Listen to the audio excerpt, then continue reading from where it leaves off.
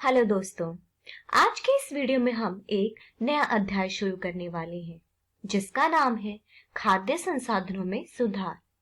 दोस्तों, आज की इस वीडियो में हम पढ़ेंगे कि भोजन का परिचय क्या होता है, जिसके बाद हम देखेंगे कि फसल उत्पादन में उन्नति क्या होती है। तो चलिए दोस्तों शुरू करते हैं। दोस्तों, जैसा कि हम जानते हैं कि इस धरती पर जीवन को बनाए रखने के लिए भोजन एक बहुत ही महत्वपूर्ण स्रोत है।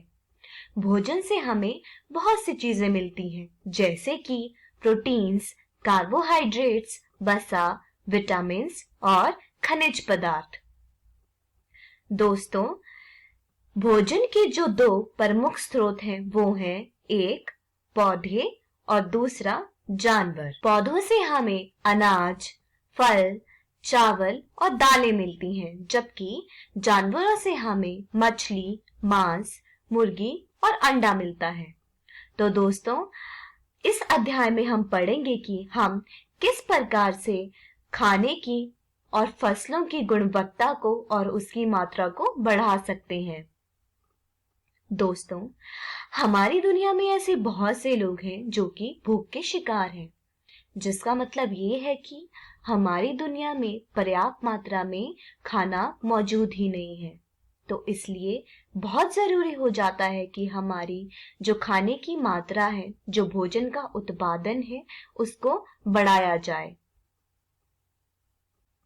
दोस्तों, इस सब के लिए बहुत पहले से ही कुछ कदम लिए जा चुके हैं, जिसमें सबसे पहला है हरित क्रांति, जिसमें नई तकनीकों का इस्तेमाल, पानी की सिंचाई और अच्छे बीज आदि इस्तेमाल किए जाते हैं ताकि कृषि को अधिक प्रभावी बनाया जा सके। दूसरा है श्वेत क्रांति, जो कि दूध के उत्पादन के लिए होती है। तीसरा है पीली क्रांति, जो कि तेल के लिए होती है। और एक और है जो कि है नीली क्रांति, जो कि मछली के उत्पादन के लिए होती है। तो दोस्तों, अगर हम औपचारिक रूप से इस अध्याय को शुरू करें तो सबसे पहला सवाल हमारे पास आता है कि हमें भोजन की जरूरत क्यों है। तो दोस्तों, भोजन की जरूरत हमें इसलिए है क्योंकि इससे हमें बहुत सारी चीजें मिलती हैं, जैसे कि खाद्य पदार्थ मिलते हैं, वसा मिलता है, विटामिन्स, प्रोटीन्स और कार्बोहाइड्रेट्स मिलते हैं, जो कि इस जीवन में, इस धरती पर रहने के लिए बहुत ही ज्यादा जरूरी है। दोस्तों, जैसा कि हम जानते हैं कि भारत एक कृषि प्रधान देश है, फिर भी यहाँ पर खाने की प्रचुर मात्रा उपलब्ध नहीं है, क्योंकि बढ़ती जनसंख्या के साथ खाने की जरूरतें भी बढ़ती जाती हैं, जिसके कारण खाने की यहाँ पर जो मात्रा है वो प्रचुर नहीं है। तो इसके क्या उपाय हो सकते हैं ताकि इसे बढ़ाया जा सके। पहला है खाने की गुणवत्ता को बढ़ाना, मतलब खाने की और भोजन की जो दक्षता है उसको बढ़ाया जाना चाहिए। और दूसरा है लोगों के पास खाना पहुंचना चाहिए, जिसका मतलब है लोगों के पास उतना पैसा होना चाहिए कि वो ये खाना खरीद सके। चलिए दोस्तों, अब आगे बढ़ते हैं और देखते हैं कि फसलों के कौन कौन से प्रकार होते हैं। दोस्तों, फसलों के कई से प्रकार होते हैं, जैसे कि अनाज, जिसमें गेहूं, चावल, मक्का, बाजरा और चारा आता है। इनसे हमें कार्बोहाइड्रेट्स मिलते हैं। दूसरा है दालें, जिसमें ग्राम, मटर, काला चना, कबूतर मटर मतलब अरहर, मसूर आदि आते हैं। इनसे हमें प्रोटीन्स मिलते हैं। अगला है तेल के बीज, जैसे कि सोयाबीन, जमीनी अखरोट, तिल, सरसों के बीज, सूरजमुखी इत्यादि, जिनसे हमें वसा मिलता है। और आगे है फल, सब्जियां और मसाले, जिनसे हमें विटामिन और खनिज पदार्थ मिलते हैं। दोस्तों, हमारे देश में फसल के उत्पादन का अपना ही एक समय होता है। विभिन्न फसलों को उनके विकास और उनके जीवन चक्र को पूरा करने के लिए अलग अलग जलवायु परिस्थितियों, तापमान और फोटो पीरियड्स मतलब सूरज के प्रकाश की आवश्यकता होती है। जिसका मतलब है जिनको ज्यादा सूरज का प्रकाश चाहिए होता है उन्हें गर्मी के मौसम में उगाना पड़ता है, और जिनको सूरज का प्रकाश कम चाहिए होता है उन्हें सर्दी के मौसम में उगाना पड़ता है। मतलब हर एक फसल का अपना अपना एक समय होता है। दोस्तों, भारत में फसल के उत्पादन के लिए दो ऋतुएं होती हैं, मतलब दो समय होते हैं। एक वर्षा ऋतु जिसमें खरीफ की फसल उगाई जाती है, जो कि जून से अक्टूबर के महीने में उगाई जाती है, जैसे कि धान, सोयाबीन, मक्का, कपास और ग्राम इस महीने में उगाई जाती हैं। दूसरा है सर्द ऋतु मतलब सर्दियों का मौसम, जिसमें रबी की फसल उगाई जाती है, जो कि नवंबर से अप्रैल के बीच में उगाई जाती है। उदाहरण है गेहूं, मटर, सरसों, बीज, ग्राम इत्यादि। चलिए दोस्तों, अब आगे बढ़ते हैं और देखते हैं कि फसल उत्पादन में उन्नति क्या होती है।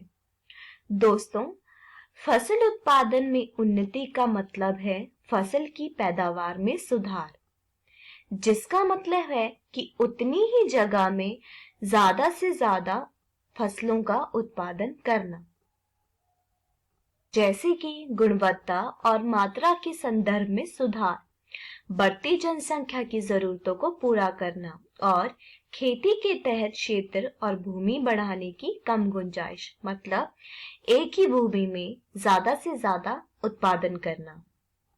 चलिए दोस्तों, इसे एक उदाहरण के माध्यम से समझने की कोशिश करते हैं। दोस्तों, मान लीजिए आपने 100 किलो चावल उगाया एक जगह पर, और दूसरे साल में आपने 150 किलोग्राम चावल उगाया उसी जगह पर। तो दोस्तों, इसका मतलब क्या है? इसका मतलब है जब एक ही समय में एक ही मात्रा में भूमि के उत्पादन में बढ़ाया जाता है, मतलब भूमि से उत्पादन बढ़ता है, तो ईल्ड भी बढ़ती है, मतलब उसका उत्पादन भी बढ़ता है। जिसका मतलब यहाँ पर ये है कि आपने फसल की पैदावार में सुधार किया है, मतलब फसल उत्पादन में उन्नति हुई है।